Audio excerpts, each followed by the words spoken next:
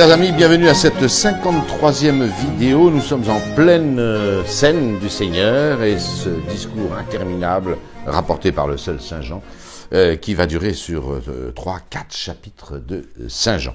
Nous avons vu déjà le lavement des pieds, je n'y reviens pas. Nous avons vu que après ce lavement des pieds, Jésus dénonce à l'avance la trahison de Judas, Judas qui sort. J'en profite pour dire que Judas probablement n'a jamais été ordonné, ni prêtre ni évêque, vu que c'est au début du repas qu'il est congédié, si je puis dire, par Jésus, ce que tu as à faire, fais-le vite, et que c'est la 3e coupe de bénédiction qui a été consacrée au sang du Seigneur. Donc c'est certain, je pense, même si ça se discute toujours parmi les exégètes, mais que Judas n'a pas été ordonné prêtre et n'a pas assisté à l'Eucharistie, ce qui est quand même plus convenable, disons-le. Voilà. Donc, 1, le lavement des pieds. 2, Jésus dénonce la trahison de Judas, le désigne par l'entremise de Jean et de Pierre, qui demande à Jean, l'évangéliste, et Jésus, finalement, après, au cours du repas, un peu plus loin, institue l'Eucharistie. Quand est-ce que se place le long discours qui va suivre, avant, pendant l'Eucharistie, après l'Eucharistie, je pense que le commandement nouveau, qui est le troisième chapitre de cette scène gigantesque par son contenu dogmatique, eh bien, ce commandement nouveau fait suite, semble-t-il, logiquement à l'Eucharistie. C'est le fruit du sacrifice de la messe, eh bien de l'Eucharistie, du sacrement de l'ordre, institué simultanément. Eh bien, c'est le fruit, c'est la charité entre les disciples. Je vous donne un commandement nouveau, c'est que vous vous aimiez les uns les autres. Et puis, il y a le reniement de Saint-Pierre qui est annoncé. C'est peut-être le 4e ou le 5e, peu importe, épisode de cette scène, et j'ai commenté ces textes, je n'y reviens pas. J'ai simplement omis de dire que c'est sur ce texte, toi, quand tu seras revenu, confirme tes frères, j'ai prié pour toi afin que ta foi ne défaille pas. C'est le fondement de l'infaillibilité pontificale. Si Jésus prie, sa prière est exaucée, toujours. Jésus est toujours exaucé de Dieu, et pour cause. Et donc, Saint-Pierre a une promesse d'indéfectibilité, aux conditions, bien sûr, de la théologie catholique, c'est-à-dire quand il engage cette infaillibilité, c'est-à-dire très rarement, il faut le dire. Et avant d'aborder ce long discours, il y a une espèce d'épilogue qui s'est greffé, j'en ai parlé rapidement. Jésus, après avoir annoncé donc la trahison de Pierre, et puis son retour et la confirmation de ses frères, Jésus fait un petit bilan de l'apostolat qu'il a eu avec ses apôtres. C'est très touchant. Quand je vous ai envoyé sans bourse, ni besace, ni souliers, quelque chose vous a-t-il manqué? On est à la veille d'un drame épouvantable, on n'est même pas à la veille, on est à quelques heures de Gethsémani, du jardin des Oliviers, et vous a-t-il manqué quelque chose? Et ils répondent, bah non. Bah non. Ça, c'est ce que peuvent dire tous ceux qui ont fait du ministère. Dès qu'on bouge pour Jésus, eh bien, on n'est pas déçu. Ils répondirent, il nous a jamais rien manqué. Jamais rien manqué. Voilà. Alors, Jésus leur dit, mais maintenant, attention, que celui qui a une bourse ou une besace, qu'il les troque pour un glaive. Parce que ça va être... Alors, ils prennent ça, argent comptant. Jésus indique que maintenant, ça va être la lutte terrible. C'est lui, d'abord, qui va lutter contre le diable, et il va le dire. Il vient sur moi, le prince de ce monde, sur moi, il ne peut absolument rien faire, et je vais le jeter dehors. Ce combat spirituel, l'heure de la puissance des ténèbres qui va arriver, Jésus le propose à ses disciples, mais comme un combat spirituel, et celui de la rédemption par la souffrance et le sang de Jésus. Évidemment, eux, ils sont encore très humains, et ils pensent qu'il faut s'armer de glaives. Alors ils lui disent, oh ben il y a ici 2 glaives, il leur répond, ça suffit. En gros, en espagnol, basta, vous comprenez rien, on n'y arrivera pas. Bon, voilà. Mais voyez, épilogue heureux de cet apostolat de 2 ans et demi avec Jésus. Surtout la période galiléenne. j'espère que vous l'avez compris au fil de ces vidéos, la période faste, la période triomphale de Jésus, c'est la Galilée. Ce sont les discours, ce sont les paraboles, ce sont les miracles à foison innombrables, les conversions, les missions des apôtres, enfin tout ça c'est presque un rêve dans la mentalité des apôtres. Tandis qu'en Judée, c'est les contestations sans arrêt, les complots, les disputes sur la place publique, sur le temple, etc. La Judée a été terrible pour Jésus, tandis que la Galilée, même si certaines villes comme Capharnaüm, Corosaïne ne l'ont pas accueilli et ont été maudites, eh bien, il y a une paix de l'apostolat en Galilée qui ne s'est pas reconduite en Judée où ça a été terrible. Alors voyons maintenant ce long discours de Jésus. Jésus est intarissable. Et commandement nouveau, le lavement des pieds, l'institution de l'Eucharistie, tout ça et les annonces de la trahison de Judas, la défection de Pierre, et puis là, on a l'impression que tout s'arrête. Jésus va parler pendant 2 heures, combien, 3 heures, j'en sais rien, et il aborde tous les sujets les plus intimes. C'est de la théologie. Ça ne correspond pas exactement à cet évangile que j'essaye depuis le début de prendre à bras-le-corps. Ce qui fait que c'est de la théologie. Ce sont des textes qui se lisent et qui se méditent et qui sont les fondements de la théologie catholique. Mais ça ne se raconte pas comme le reste de l'évangile. C'est une évidence. Et voilà pourquoi je ne vais pas les décortiquer complètement. Il faudrait un ouvrage à lui tout seul. Pour ces textes. Je ne fais que mentionner les grands thèmes qu'aborde Jésus. Après tout ce que j'ai dit, Jésus va exhorter ses apôtres à la confiance. Voilà. Et leur donner des motifs. Que votre cœur ne se trouble pas, qu'il ne s'effraie pas. Vous croyez en Dieu, mais croyez aussi en moi. Tout repose en Jésus. Voilà. Je vais vous emmener avec moi. Et là où j'irai, vous viendrez. Pas tout de suite. Pas tout de suite, plus tard, c'est la vie éternelle. Et soyez tranquilles, dans la maison de mon Père, il y a beaucoup de demeures. Qu'est-ce que ça veut dire ? Mais ça veut dire qu'au ciel, effectivement, il y a plusieurs manières d'entrer au ciel, et qu'au ciel, il y a plusieurs demeures. Il y en a qui rentrent, avec facilité, et il y en a d'autres, c'est plus difficile. Et puis, il y a une étoile diffère d'une autre en clarté, dira saint Paul dans la première Corinthiens. Il n'y a pas besoin d'être forcément un héros pour entrer au ciel. Voilà ce que ça veut dire. Et puis je reviendrai vers vous et je vous ai préparé une place. Et si Jésus a préparé une place à ses disciples, voilà. Alors les disciples sont contents, évidemment, de ces bonnes nouvelles, que Jésus va les prendre avec lui. Mais ils ne savent pas très bien comment ça va se passer. Ils n'ont pas de vision très claire de la vie éternelle. Voilà. Alors, ils posent plein de questions qui sont naïves et très instructives. Mais comment on va pouvoir vous suivre ? On ne connaît pas le chemin. Réponse de Jésus, je suis la voie, la vérité, la vie, je suis la voie, le chemin. Voilà. Suivez-moi et vous aurez... voilà. Jésus parle continuellement de son Père. Personne ne va au Père si ce n'est par moi, dit-il. Voilà. Philippe, qui a perdu une occasion de se taire, montrez-nous le Père et cela nous suffit. N'importe quoi, ce Philippe. Voilà. Qui est très opérationnel tout au cours de l'Évangile. On l'a vu pour la multiplication des pains, on a vu que c'est lui qui ramène Nathanaël, on a vu, voilà, et que Jésus taquinait très volontiers, comme on le voit d'après l'Évangile, et comme le disent les pères de l'Église. Mais là, il comprend rien. Montrez-nous le Père et cela nous suffit. Philippe, ça fait combien de temps que je suis avec vous ? Et tu ne me connais même pas. Celui qui me voit, voit le Père. Le Père n'est pas seulement un terme, Jésus est le chemin, il faut cheminer avec Jésus, et on va finir par rencontrer le Père. Et même, c'est ce que dit le texte, celui qui voit Jésus, voit déjà le Père. Ne crois-tu pas que je suis dans le Père et que le Père est en moi ? Le Père et moi, nous sommes un. C'est toute la théologie de la Trinité, je ne vais pas rentrer dans les détails, bien sûr. Voilà. Et comment rester maintenant un avec Jésus? Garder ses commandements.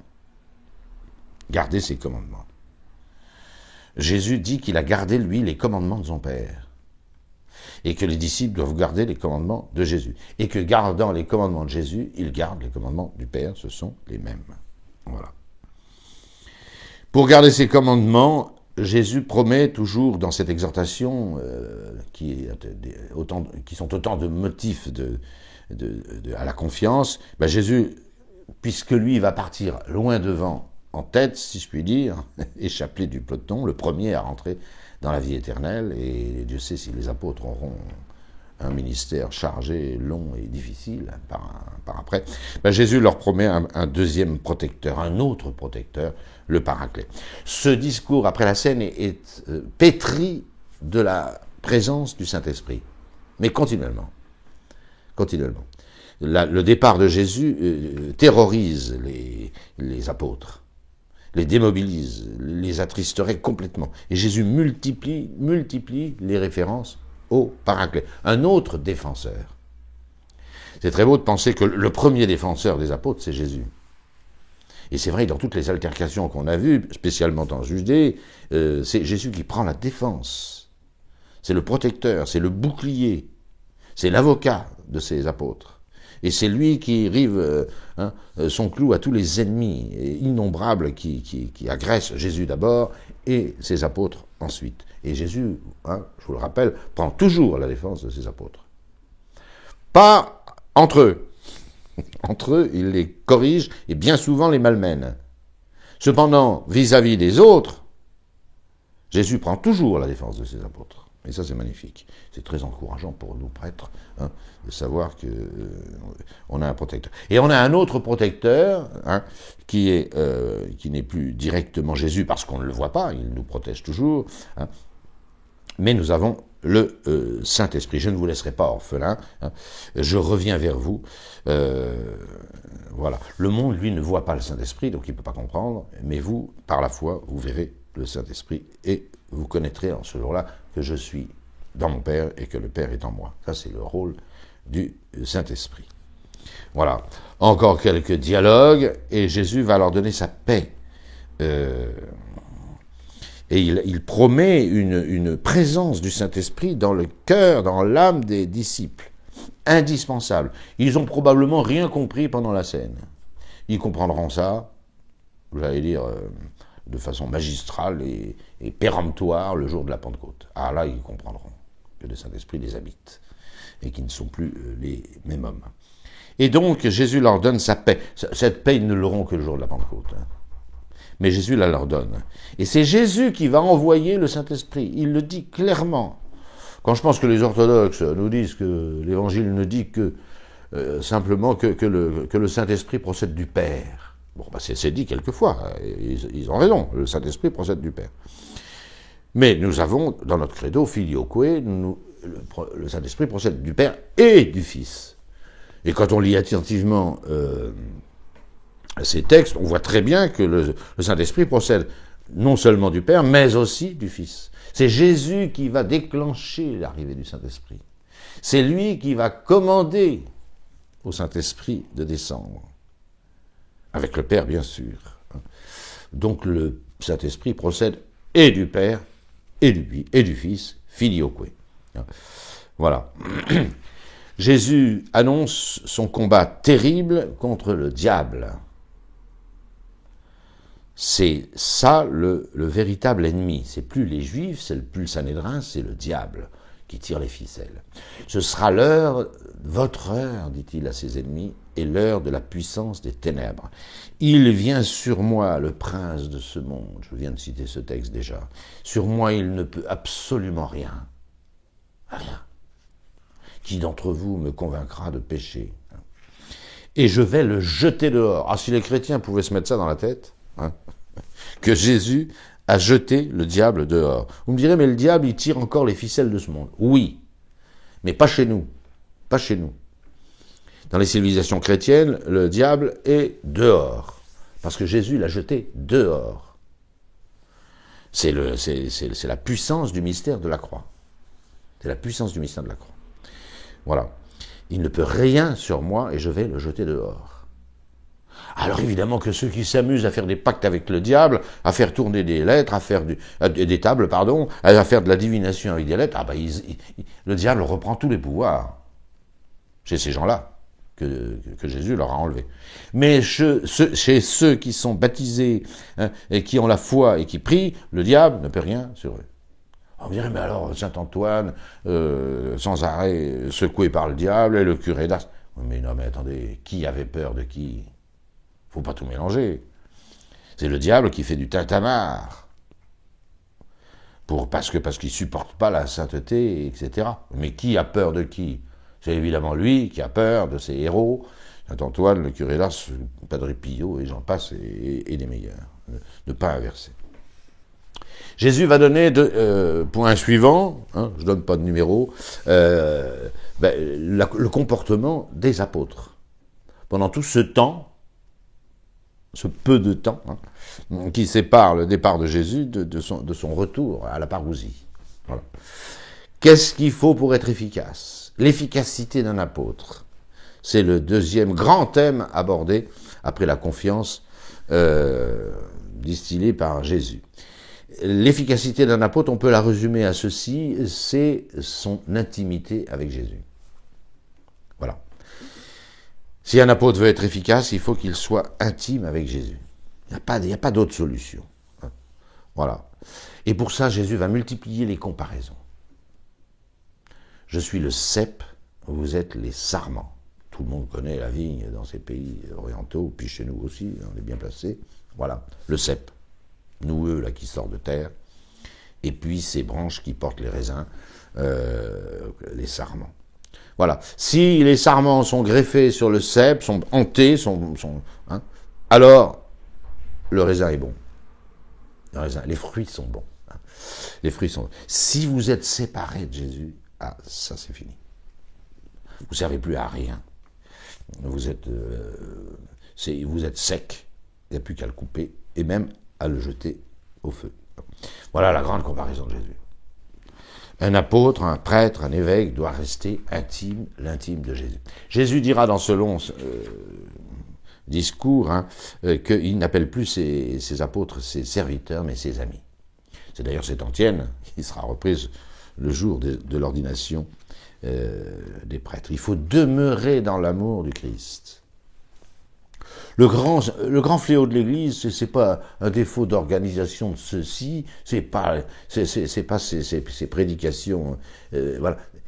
Le grand défaut de l'Église, c'est de n'avoir plus Jésus dans le cœur. C'est tout.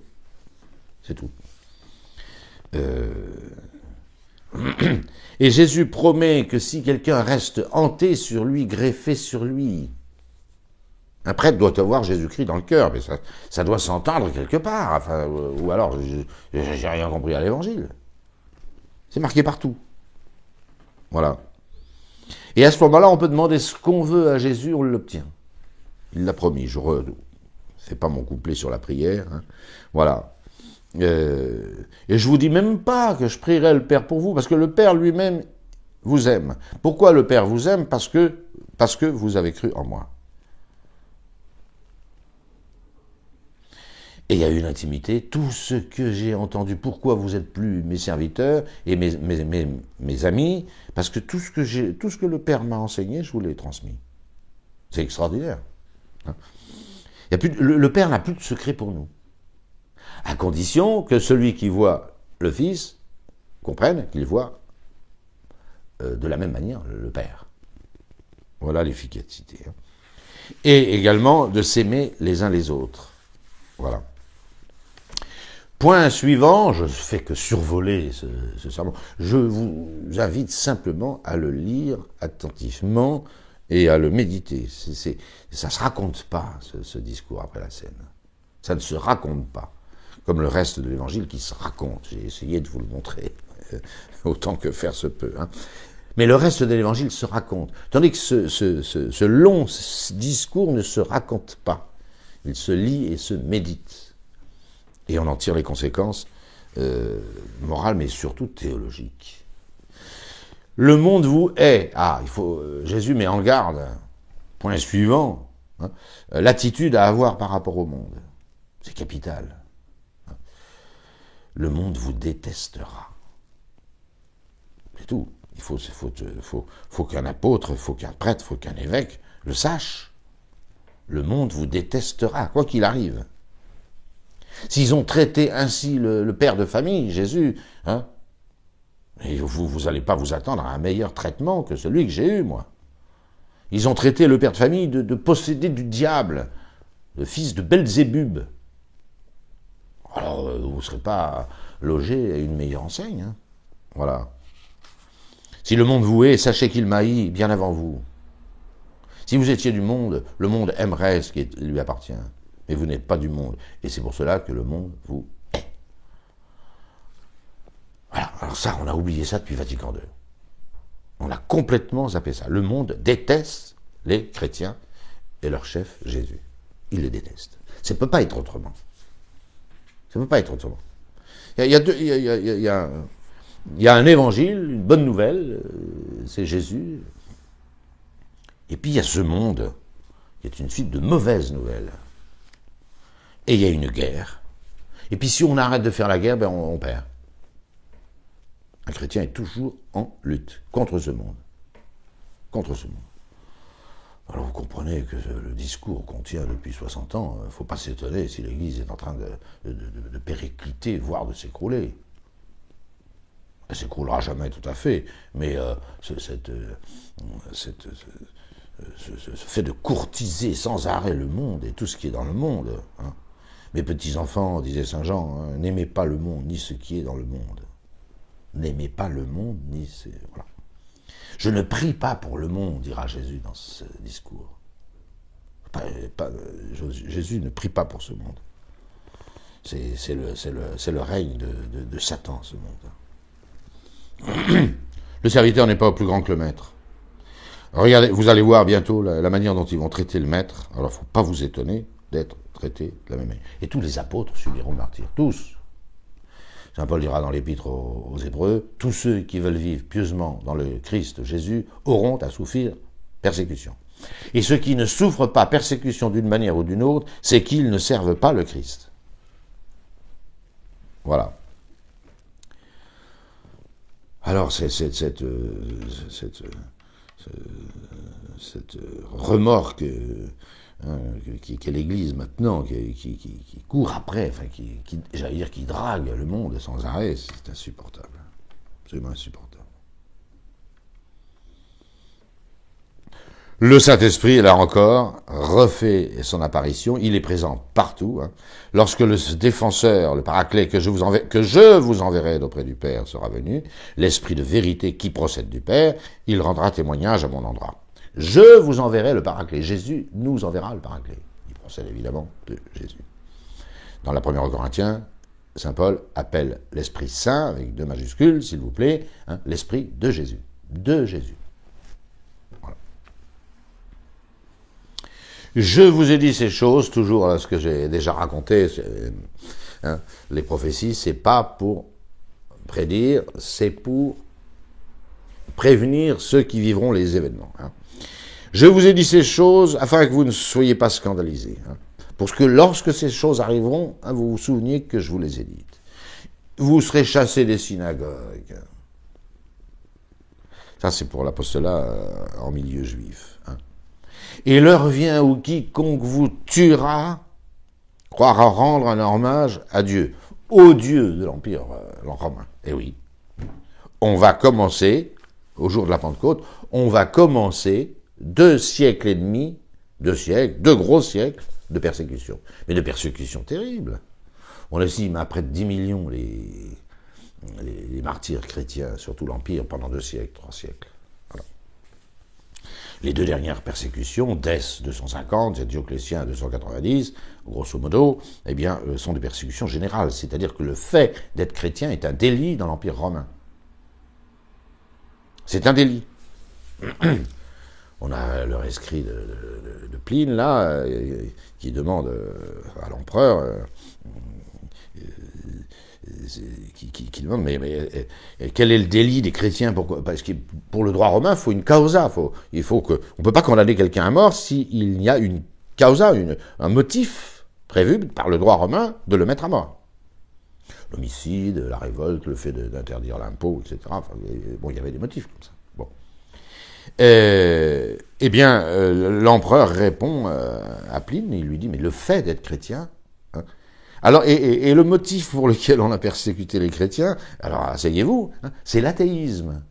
C'est qu'ils refusent tous les dieux de l'Empire. Athéisme. Saint Polycarpe de Smyrne, quand il est brûlé vif dans sa ville épiscopale, Smyrne, à 86 ans, en 150, bon. Eh bien, l'amphithéâtre hurle à mort les athées. Alors, comme si les chrétiens étaient athées. Non, ils refusent tous les dieux de l'Empire. Ils refusent Jupiter, Apollon, Neptune, Vénus et toute la bande des cinglés de l'Olympe. Bon, et ils refusent ça. Ils sont athées. C'est un motif. Donc, le fait d'être chrétien, en tous les cas, sous Dès et sous Dioclétien, est un délit. Le fait d'être chrétien. C'est du jamais vu. C'est du jamais vu. Il fallait faire quelque chose de mal pour tomber sous la causa du droit romain. Vous avez compris. Autre thème abordé, le rôle du Saint-Esprit. C'est avec lui qu'il faudra faire maintenant, puisque Jésus va disparaître. Jésus commence par les rassurer, c'est très bien pour vous que je m'en aille. Alors évidemment, ça c'est un truc qui n'est pas compris des apôtres tout de suite. Ils vont être perdus sans Jésus. Ils vont être perdus. J'allais dire terrassés, c'est le bon mot. Écrasés. Entre la passion et la résurrection du Christ, et ils mettront du temps à se mettre dans la tête que le Christ est vraiment ressuscité. Hein. Alors qu'ils auraient dû le savoir. Bon, on n'y revient pas. Ils sont terrassés, mais terrassés. Pourquoi? Ben, ils n'ont plus leur protecteur, leur défenseur. Hein, quand on a Jésus à la tête de ce groupe, on est tranquille. Il a réponse à tout, et voilà. Mais il va disparaître. La tristesse a rempli votre cœur. Et bien pourtant, je vais vous dire, c'est très bon pour vous que je m'en aille. Parce que si je ne m'en vais pas, je ne vous enverrai pas l'Esprit Saint. Hein? Et c'est de lui maintenant que vous avez besoin, beaucoup plus que de moi. Donc, ne nous plaignons pas de vivre dans la foi. Nous ne voyons plus le Christ. Hein? Nous ne le voyons plus, si ce n'est des yeux de la foi, et c'est bien plus efficace. Et puis, Jésus a été remplacé. Remplacé, et à bon escient, et en efficacité, il a été remplacé par le Saint-Esprit. Et le Saint-Esprit, c'est lui qui va confondre le monde. Le monde inouï, hein. Je l'ai déjà dit, je n'y reviens pas. C'est très logique, tous ces développements. Hein. Qui va nous dire que le monde est mauvais, hein. C'est le Saint-Esprit. Il va discerner. Le prince de ce monde est déjà jugé. C'est le Saint-Esprit qui va confondre la méchanceté, la malice de ce monde. Il vous conduira vers la vérité tout entière. Pourquoi? Il ne parlera pas de lui-même. Qu'est-ce qu'il dit, le Saint-Esprit? Hein, il dit spirituellement, dans les cœurs, ce que Jésus a dit. Il procède du Père et du Fils, je n'y reviens pas. Hein. Alors vous allez traverser une période de tristesse épouvantable. Et Jésus te comparait ça à un accouchement. Ah oui, quand les douleurs, les crampes se font pointent voilà. Eh bien, c'est pas drôle du tout, c'est très dur. C'est très dur. Et puis, quand le petit bébé est là, qui se met à crier, et qu'il est mignon, ben la femme ne se souvient même plus de ses douleurs. C'est ce qui va arriver aux apôtres. Elle est dans la joie qu'un nouveau-né est arrivé dans ce monde, et puis en plus c'est le sien, elle ne se souvient même plus d'avoir souffert. Voilà. Efficacité de la prière, hein, voilà. Et au bout de quelques heures Les apôtres sont tout guillerés.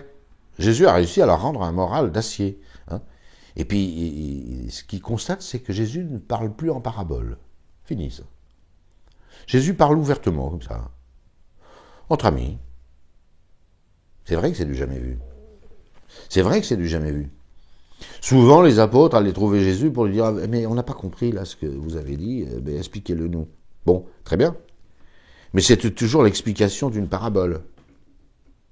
Et puis dans les altercations avec les ennemis, c'était quand Jésus tranche, il tranche. Mais là, c'est une espèce de conversation, il pose des questions, Jésus répond, etc., etc. Vous dites plus de parabole, hein? Voilà, formidable.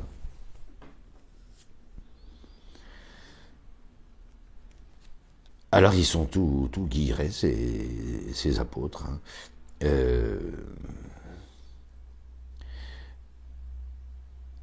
Alors évidemment, vous allez être dispersés, vous allez être scandalisés, vous allez être etc. Mais cependant, ils sont heureux. Heureux de savoir qu'ils sont maintenant entre bonnes mains et qu'ils vont être encore entre de meilleures mains, hein, si je puis dire, que celles de Jésus. Ou disons que Jésus va prendre une nouvelle efficacité par l'Esprit Saint qu'il va envoyer. Et avant de se lever de table, je ne fais que survoler, vous l'avez bien compris, Jésus va faire une prière. La carrière de Jésus, si je puis dire, sur cette terre, s'achève dans une prière.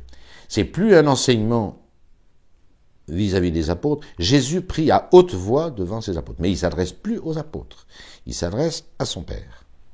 C'est la fameuse prière pour l'unité.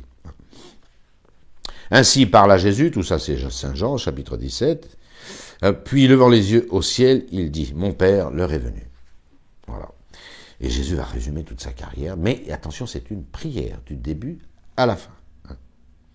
Glorifiez votre Fils, afin que votre Fils vous glorifie, puisque vous lui avez donné autorité sur toute chair, afin que tout ce que vous lui avez donné, à tous ceux que vous lui avez donnés, il donne la vie éternelle. Or, la vie éternelle, c'est qu'ils vous connaissent, vous, le seul vrai Dieu, et celui que vous avez envoyé, Jésus-Christ. Les apôtres écoutent ça, évidemment. Ça ne leur est pas adressé.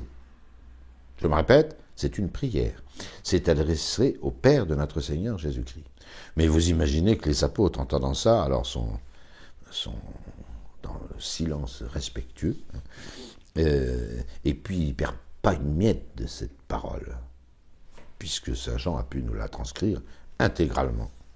Voilà. Pour moi, je vous ai glorifié sur la terre, ayant achevé l'œuvre que vous m'avez donné à faire. Et maintenant, ô Père, glorifiez-moi auprès de vous, de la gloire que j'avais auprès de vous avant que le monde fût. Voilà. Avant que le monde fût. Jésus de Nazareth, hein, dans sa personne divine, est glorifié de toute éternité avant que le monde ne soit créé. Vous imaginez les apôtres qui entendent ça? Ouais, ils en ont entendu d'autres, mais... J'ai manifesté votre nom aux hommes, que vous avez tirés du monde pour me les donner. Il faut choisir, on est du monde ou on est du Christ. Vous lisez les passages de saint Paul aux Corinthiens, hein, mais quel échange, quelle communion, il peut y avoir entre Bélial, Satan, hein, et le Christ, entre le monde et l'Église. Il ne peut pas y avoir ce sera toujours la guerre. Ce sera toujours la guerre. C'est tout l'évangile de Saint Jean. Il y a des bons, il y a des méchants, il y a le diable, il y a le Christ, il y a Bélial, Satan d'un côté, et voilà. Ce sera la guerre, tout le temps. Alors je prie pour ces apôtres. Alors là, je ne prie pas pour le monde. Le monde ne m'intéresse pas. Je ne prie pas pour le monde tel qu'il est chez Saint Jean. C'est pas la création, le monde chez Saint Jean. C'est le règne de la triple concupiscence des yeux et l'orgueil de la vie, de la chair, des yeux et de l'orgueil de la vie. C'est là où Satan tire les ficelles. C'est ça le monde dans Saint Jean. Le Christ ne prie pas pour ce monde-là, étranger. Mais il va prier ardemment pour ses disciples. Il a déjà prié pour Pierre, afin que sa foi ne défaille pas. Maintenant, il va prier pour tous ceux que le Père lui a donnés. C'est formidable, ils sont dans ma main, et personne ne les en retirera. Quand on pense qu'il y a des prêtres ou des évêques qui se découragent, on ne peut pas se décourager. On est dans la main de Jésus-Christ, hein, et Jésus nous dit, ceux que le Père m'a donnés, hein, ils sont à moi, dans ma main, et personne ne les retirera de ma main. C'est tout. Ah, mais on est des pécheurs, on est ceci, on est misérables. Taratata, personne ne les retirera de ma main. Désormais, moi, je ne suis plus dans le monde, mais eux sont dans le monde. Garde-les, je ne vous demande pas de les enlever du monde, mais de les préserver du monde. Et je les ai conservés. Tant que j'étais là, je les gardais. Et je les ai tous gardés, à part le fils de perdition, hein, Judas. Qu'ils aient par eux-mêmes et en eux-mêmes la plénitude de ma joie. Je leur ai donné votre parole, le monde les a donc haïs, c'est automatique, parce qu'ils ne sont pas du monde, comme moi-même je ne suis pas du monde. Je ne prie pas pour que vous les enleviez du monde, mais pour que vous les gardiez du mal. Ils ne sont pas du monde, comme moi-même je ne suis pas du monde. Vous me direz, mais ça se répète sans arrêt. Oui, ça se répète sans arrêt. L'Église, quand elle est à la remorque du monde, perd toute consistance, toute raison d'être. C'est ça le grand malheur. Les Lumières, pendant 150 ans, l'Église a lutté contre les Lumières maçonniques du XVIIIe siècle. Pendant 150 ans, elle a lutté, lisez toutes les encycliques des papes, 150 ans. Depuis la Révolution, hein, pratiquement jusqu'au Concile Vatican II, l'Église lutte contre ce monde, contre cette fausse liberté, cette fausse égalité, cette fausse fraternité. Elle lutte. Et puis brusquement, on se dit, oh, bah, c'est fatigant de lutter. Ah oui. La révolution des 60s, moi je les connais bien. J'ai l'âge d'avoir connu les 60s. Révolution intellectuelle, ni Dieu ni maître, anarchisme, révolution rock'n'roll, révolution sexuelle, etc. Hein, interdit d'interdire, etc. Bon. L'Église s'est tue pendant cette période. Elle s'est tue. Et puis petit à petit, après, toutes les lois de ce dévergondage universel sont passées et l'Église n'a pas bougé. Simone Veil disait que si les évêques s'étaient dressés en France, la loi contre l'avortement, pour permettant l'avortement, ne serait jamais passée. Jamais passée. L'Église, elle ne précède pas dans le mal ce monde. On ne peut pas dire ça, ce serait exagéré. Mais finalement, elle entérine tout ce que le monde invente de perversité, aussi bien dans l'ordre de la vérité, du dogme, que dans la morale. En 73-75, l'avortement, la plupart des Français étaient contre. Maintenant, on ferait un référendum, je pense que la plupart sont pour. Le mariage homosexuel a ramené 2 millions de personnes, voilà. Ce qui veut dire que la plupart des Français étaient contre. Bon, maintenant, donc, et la loi est quand même passée, parce que les évêques se sont tus, à quelques exceptions près, et voilà, et ainsi de suite. On a toujours 10 ans de retard sur l'Amérique, tout ce que fait l'Amérique, on finit par le faire. Voilà. C'est inouï. Hein. C'est inouï. La révolution culturelle gigantesque des 60s, de 68, hein, la révolution rock'n'roll, etc. Enfin, je viens de vous le dire. L'Église, c'est pas l'Église qui l'a faite. Mais avec le Concile Vatican II, elle ne s'est pas opposée comme elle le faisait depuis un siècle et demi. Alors, l'Église est devenue un peu du monde. Voilà, elle est un peu du monde. Et quand le gouvernement nous ferme nos églises, on se tait. Presque on se tait. Et ainsi de suite. Mais jusqu'où ça va aller, quoi. Je ne vous prie pas pour que vous les enleviez du monde. On y est dans le monde, hein, malheureusement. Voilà. Mais pour que vous les gardiez du mal. Ils ne sont pas du monde. Comme moi-même, je ne suis pas du monde. Sanctifiez-les dans la vérité, car votre parole, c'est la vérité.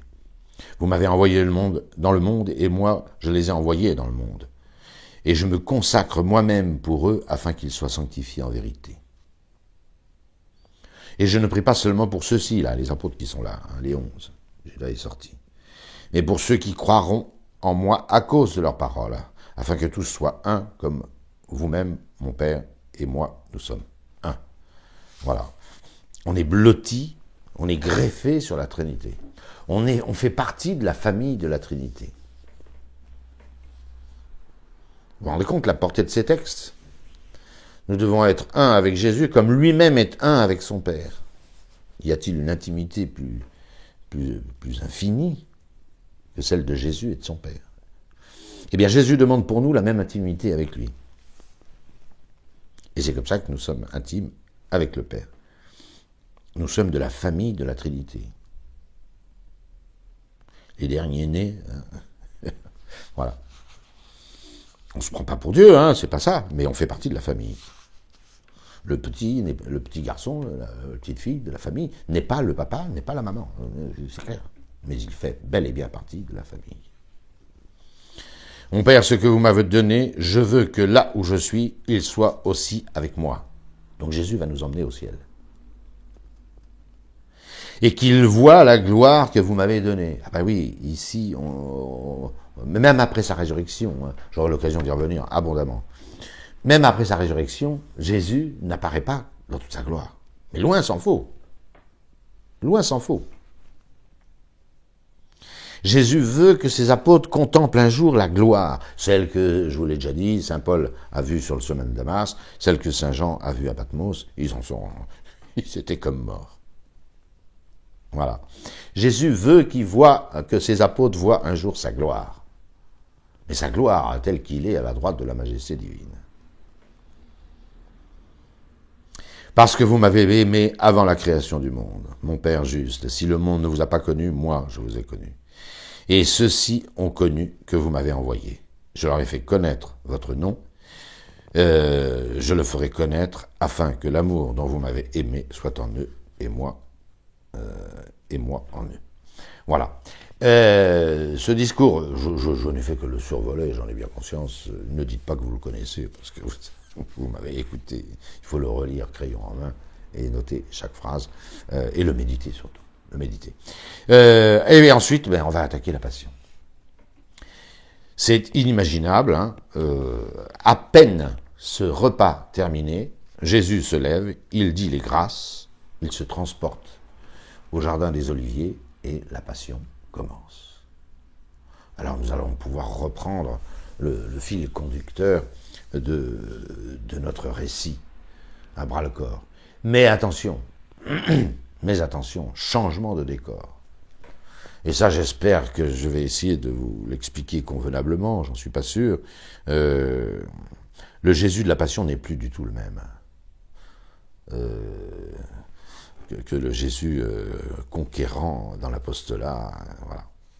C'est plus du tout le même. Parce que... et il faut les deux pour savoir qui est Jésus. Il faut les deux. Jésus la rentre dans une autre optique. Maintenant, il va souffrir. Jésus, à chaque fois qu'on s'est opposé à lui, il a répondu, et il a contesté, il a fait des miracles, il a guéri, il a fait des discours, il a multiplié les paraboles, il a rivé son clou aux Sadducéens, aux pharisiens, aux Hérodiens, à tout le monde, sans arrêt. Hein. Il s'est battu comme un lion, hein, comme un lion, et avec une grandeur, une noblesse, une majesté, une force. Le lion de Judas, enfin c'est des rugissements, hein, l'évangile jusqu'à présent. Ce sont des rugissements. Quand on dit que c'est le lion de Judas, c'est tout à fait concret. La malédiction, le chapitre 23e de saint Matthieu, qui n'est qu'une longue malédiction, c'est le rugissement d'un lion. Ni plus ni moins. Hein. les malédictions des villes du bord du lac avant que Jésus ne quitte la Galilée, c'est des rugissements. Ouais, mais maintenant, c'est plus le lion, là. C'est bien le même personnage, c'est bien la même personne, du Fils de Dieu, mais c'est plus un lion qui rugit, c'est un agneau qu'on mène à la boucherie. Changement de décor. Si on ne comprend pas ça dans la Passion, on ne comprendra pas la Passion. Jésus pourrait encore rugir. Il pourrait encore rugir, comme il l'a fait depuis 2 ans et demi. Ces phrases sont des vrais couperets. Qui n'amasse pas avec moi disperse, qui passe avec moi et contre moi toutes ces sentences. Ça, c'est des rugissements. Mais c'est fini. C'est fini. Jésus ne parlera encore un tout petit peu pendant sa passion, mais on n'a plus affaire à un lion, on a affaire à un agneau innocent qu'on mène à la boucherie et qui n'ouvre plus la bouche devant ceux qui le tondent et qui vont l'égorger. Et ça, c'est le plus sublime du Christ. Parce qu'il aurait très bien pu continuer à rugir.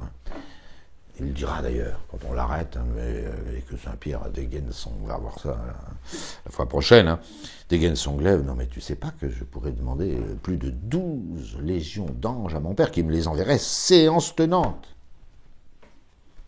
Légions 6000. 12 légions d'anges, faites le calcul. Et quand on pense qu'il a suffi d'un ange pour tuer tous les premiers-nés d'Égypte en une nuit, vous savez que, voilà. Mais on n'est plus dans cette optique-là. On n'est plus dans cette optique. Le lion va disparaître et laisser la place à l'agneau de Dieu. Et on retourne au début de l'Évangile. Premier mot de Saint Jean-Baptiste, désignant Jésus comme le Messie, voici l'agneau de Dieu, voici celui qui enlève le péché du monde. Voilà. Alors le lion va mourir parce qu'il se transforme en agneau. Nous verrons ça la fois prochaine. Je vous remercie.